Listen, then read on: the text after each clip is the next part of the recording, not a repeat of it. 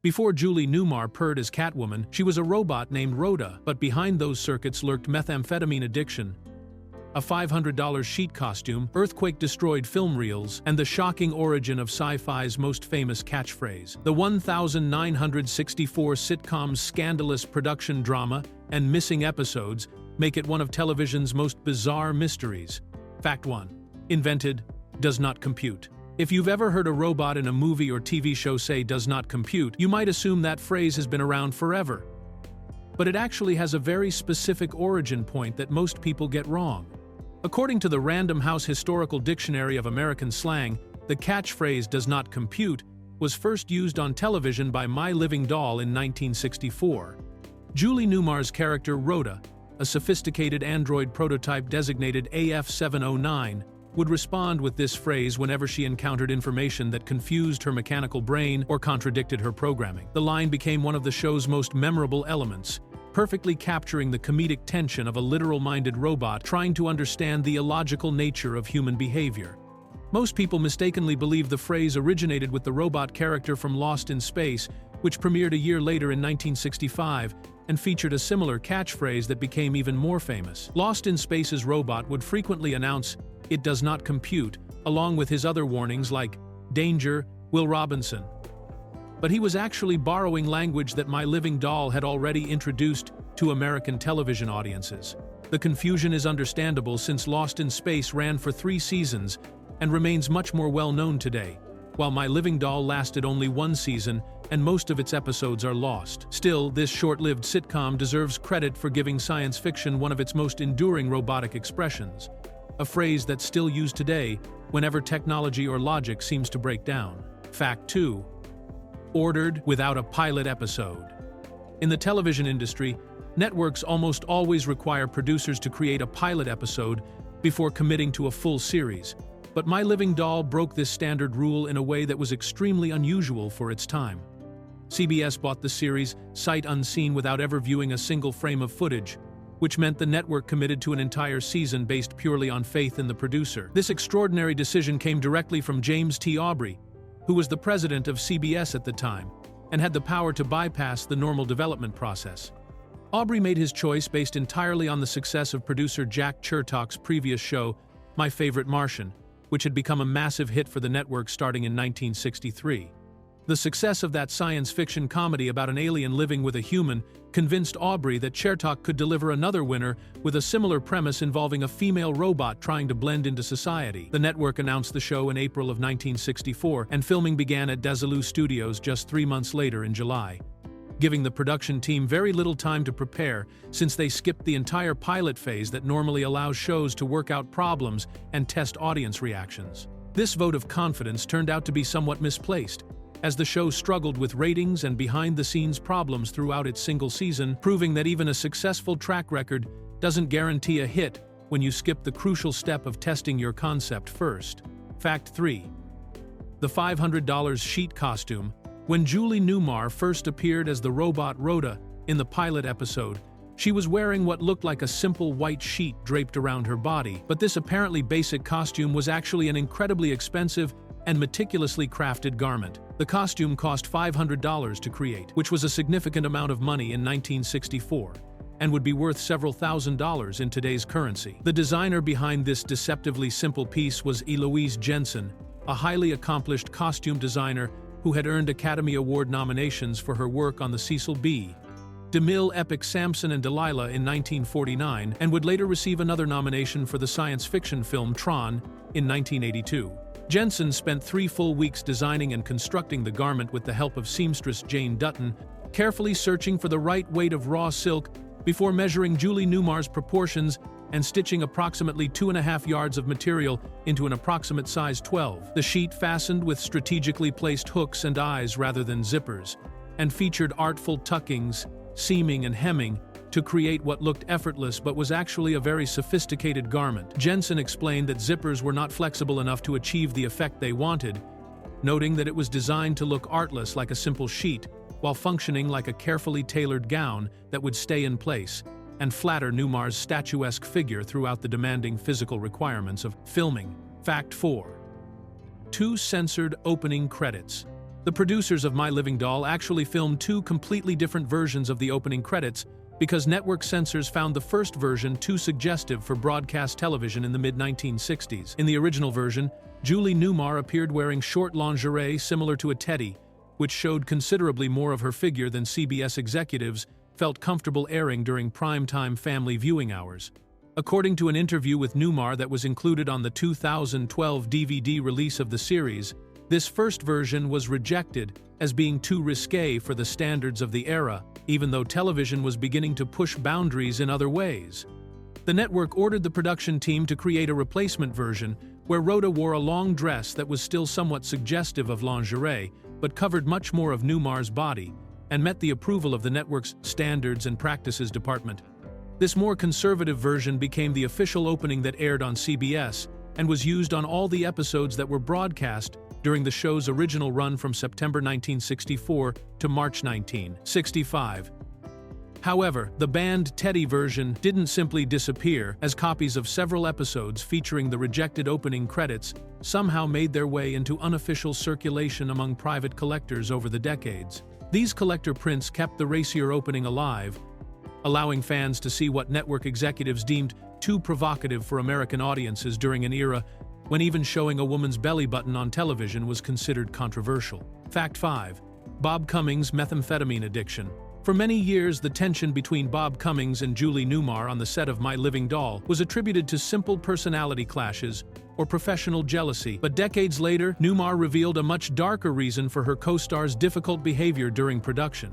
In later interviews, Newmar disclosed that Cummings was struggling with methamphetamine addiction throughout the filming of the series, which explained many of the problems that plagued the show behind the scenes. The addiction contributed to erratic behavior that made him unpredictable and difficult to work with, as well as increasing depression and deep insecurity about his career and aging appearance that affected his interactions with cast and crew. Cummings was 54 years old when the show began filming, but was attempting to portray a character at least 20 years younger, and his drug use only intensified his anxiety about holding on to his fading image as a youthful leading man.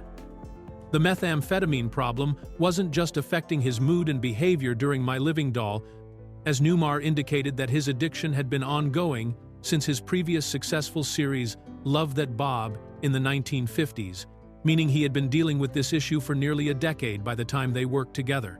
This substance abuse issue helps explain why Cummings became fixated on demanding more screen time, why he felt threatened by the attention Newmar was receiving from the press, and why he eventually had conflicts with producer Jack Chertok that led to his departure from the show after only 21 episodes. Fact 6. The wrong leading man. The producers of My Living Doll had a very different vision for the male lead than what ultimately appeared on screen, and they believed this casting change fundamentally altered the show's potential for success. The creative team originally wanted Ephraim Zimbalist Jr. for the role of the psychiatrist who takes care of the robot, envisioning the part as a straight dramatic performance that would serve as a grounded counterpoint to the absurdity of a literal-minded android navigating human society. Zimbalist was known for playing serious, authoritative characters and would have brought a more restrained and dignified approach to the material, allowing the comedy to emerge naturally from the contrast between his earnest character and the robot's misunderstandings. However, CBS had Bob Cummings under contract and made the decision to override the producer's wishes and place him in the series instead, viewing him as a safer bet because of his established track record in television comedy. Cummings had built his career playing charming, wisecracking playboys and brought that same energy to My Living Doll, which shifted the tone away from what the creators had intended. Julie Newmar herself later stated that the show could have been wonderful and might have run for many seasons if they had cast Zimbalist, explaining that the role needed a straight actor who could play opposite the bizarre robot character to make the comedy work properly.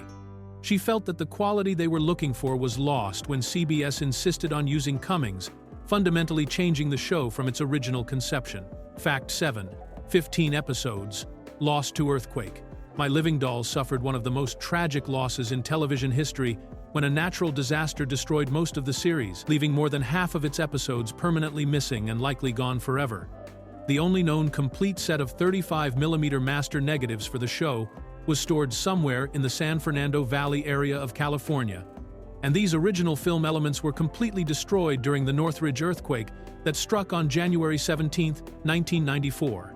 This devastating earthquake, which measured 6.7 on the Richter scale, caused widespread destruction across the Los Angeles area and apparently wiped out the last remaining archive of high-quality film materials for the series.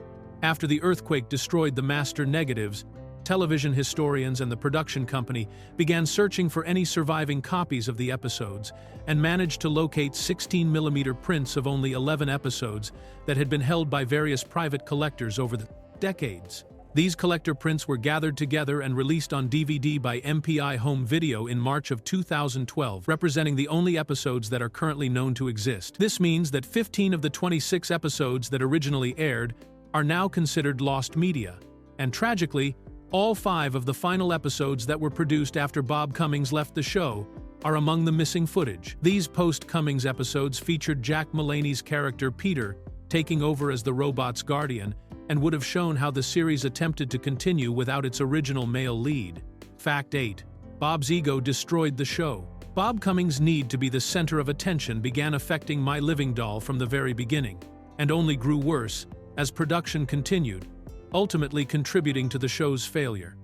The series was originally announced with the title The Living Doll, which made sense since the robot character was clearly meant to be the main attraction, but Cummings allegedly insisted that the title be changed to My Living Doll to emphasize his ownership and central role in the premise. This was just the start of his attempts to reshape the show around himself rather than accepting his position as the supporting player to Julie Newmar's android character. Newmar later revealed that Cummings constantly tried to teach her how to act between takes, which was both condescending and unwelcome since she was an accomplished Broadway performer who had won a Tony Award and didn't need acting lessons from her television co-star. The situation reached its breaking point when Cummings commissioned writer Ray Allen to create a script called Grandpa Visits that would have featured him playing dual roles as both his regular character and his 93-year-old grandfather from Missouri, a character he had played successfully on his previous series The Bob Cummings Show. In this proposed episode, Rhoda would only appear briefly at the beginning and end, while the bulk of the story focused on Cummings essentially talking to himself in 2 different roles. When producer Jack Chertok read the script, he was furious and confronted Cummings, reminding him that Julie Newmar was his co-star and that Chertok had no intention of letting him turn the series into another Bob Cummings show. Fact 9.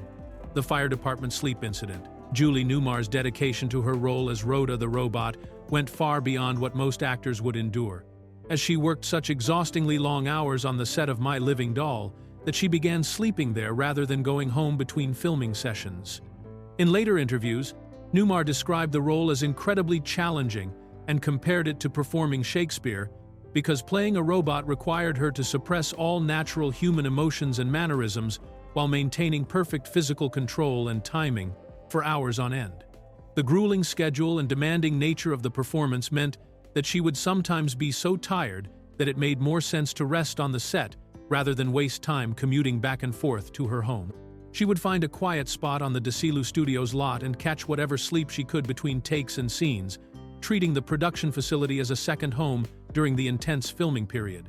However, this arrangement came to an abrupt end when the fire department discovered that someone was sleeping overnight on the studio lot and intervened for safety reasons. Fire safety officials forced the production company to remove Newmar from the premises during non-filming hours, as having people sleeping in a working studio created potential hazards and violated regulations designed to protect both the individual and the facility. The incident highlights just how committed Newmar was to making the show work despite the difficult circumstances, and it also shows how physically and mentally exhausting it was to play a character who had to move and speak in ways that were fundamentally unnatural.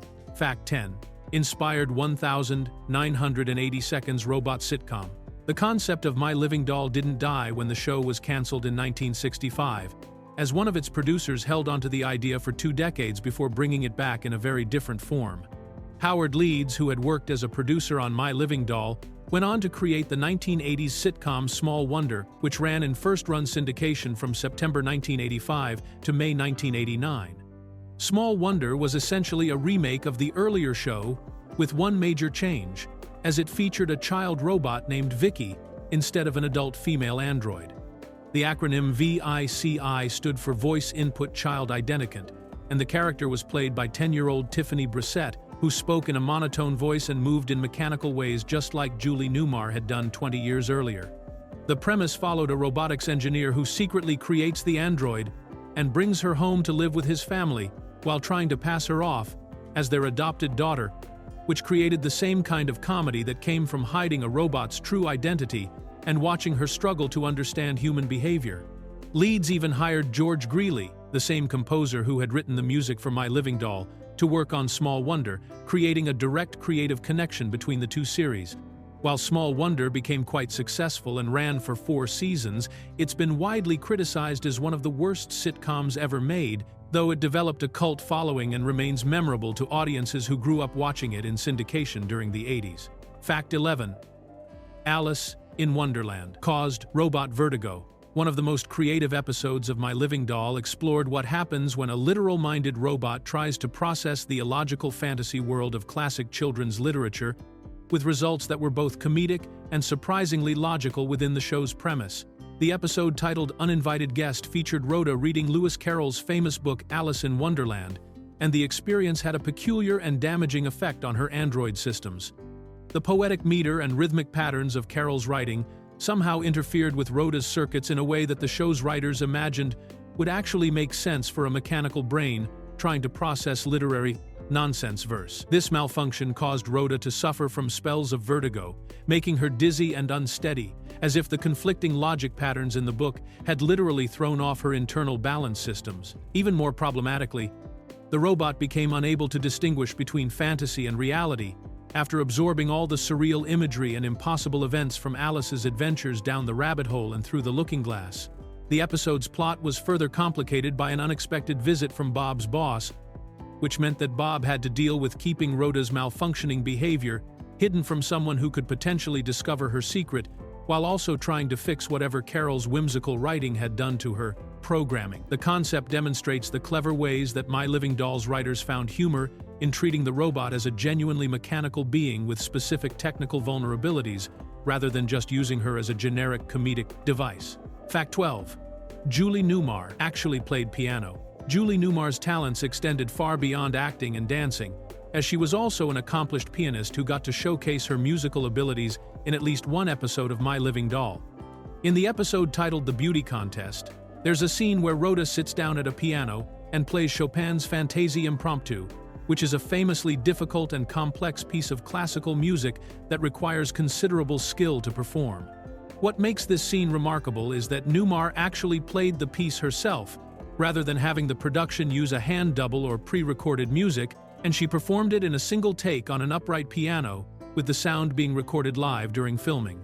In a 2013 interview, Newmar revealed that she had studied piano extensively with a concert pianist named Dr. McIntyre, explaining that music was her first love, and that she believed her musical training formed the basis of her good comedic timing as an actress.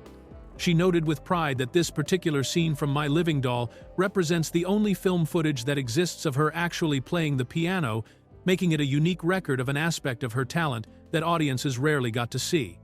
The decision to have Rhoda play classical piano also made perfect sense for the character, as an advanced robot would logically be programmed with the ability to reproduce complex musical compositions with mechanical precision, turning Newmar's real-life skill into a believable demonstration of the android's capabilities. Fact 13. Scheduled against Bonanza. CBS made a disastrous scheduling decision when they placed My Living Doll in a time slot that virtually guaranteed the show would struggle to find an audience, no matter how good it might have been. The network initially scheduled the series to air on Sunday nights at 9 o'clock, which put it in direct competition with NBC's Bonanza, one of the most popular television shows in American history that was already in its 5th season by 1964. Bonanza was a cultural phenomenon that regularly dominated the ratings and attracted massive audiences every week, making it nearly impossible for any competing show to survive in the same time slot. Going up against Bonanza was essentially a death sentence for My Living Doll, as families across America were already committed to watching the adventures of the Cartwright family on their ranch in Nevada, rather than tuning in to see a robot trying to understand human society. The ratings were predictably poor during this initial Sunday night run, so CBS made the decision in December of 1964 to move the show to Wednesday nights at 8 o'clock in a desperate attempt to improve its performance. However, this schedule change didn't solve the show's problems, as the ratings failed to improve significantly even with the new time slot. The Wednesday slot placed My Living Doll after Mr. Ed and before the Beverly Hillbillies, which created an awkward flow in the evening's programming that audiences never quite embraced, and the show's behind-the-scenes problems were becoming increasingly severe regardless of when it aired. Fact 14. The grandpa script that ended it all. The confrontation that ultimately led to Bob Cummings leaving My Living Doll came to a head over a script that perfectly illustrated how disconnected he had become from the show's actual premise and his role within it. Cummings commissioned writer Ray Allen to create an episode titled Grandpa Visits that would have brought back a character he had played successfully on his previous series, The Bob Cummings Show, where he would occasionally portray his own 93-year-old grandfather from Missouri, who was a veterinarian. The proposed script called for this elderly grandfather character to fly himself in using his 37-horsepower Taylor Cub airplane and spend most of the episode interacting with Bob's regular character, essentially giving Cummings the opportunity to act opposite himself in dual roles. Rhoda would only appear briefly at the very beginning of the episode to greet the grandfather when he arrived, and then again at the end to wave goodbye as he left, meaning Julie Newmar would be almost completely absent from an episode of a show that was supposed to be about her character. When producer Jack Chertok read the script, he became furious at what Cummings was attempting to do and confronted him directly about it. Chertok reminded Cummings in no uncertain terms that Julie Newmar was his co-star, not a supporting player, and that he had absolutely no intention of allowing Cummings to turn My Living Doll into another version of The Bob Cummings Show centered entirely around himself. After this heated argument, Cummings walked out of Chertok's office, left the Desilu backlot, and never returned to the series. Fact 15. Star Trek Voyager connection. There's an intriguing theory among science fiction fans that connects My Living Doll to one of the most popular characters in the Star Trek franchise through a deliberate naming choice that serves as a tribute to the earlier show. In Star Trek Voyager, which premiered in 1995, one of the main characters is Seven of Nine, a former member of the Borg Collective who is trying to reclaim her humanity after being rescued by the crew of the starship Voyager. Seven of Nine is not technically an android, but rather a human who was assimilated by cybernetic beings, though she functions in many ways like a mechanical person who must relearn human emotions and social behavior. The speculation centers on the similarity between her designation of Seven of Nine and Rhoda's robot designation of AF-709 in My Living Doll, as both names prominently feature the number 709, and both characters are female beings with numerical identities rather than traditional human names. Additionally, both characters share remarkably similar narrative arcs, as they each struggle to understand humanity from an outsider's perspective and must learn about emotions, relationships, and social customs that come naturally to humans but seem alien and confusing to them. While the Star Trek Voyager creators have never officially confirmed this connection, the parallels are striking enough that many fans and television historians believe the choice of Seven of Nine's designation was an intentional homage to the forgotten 1960s sitcom and its pioneering portrayal of a female artificial being learning to be human.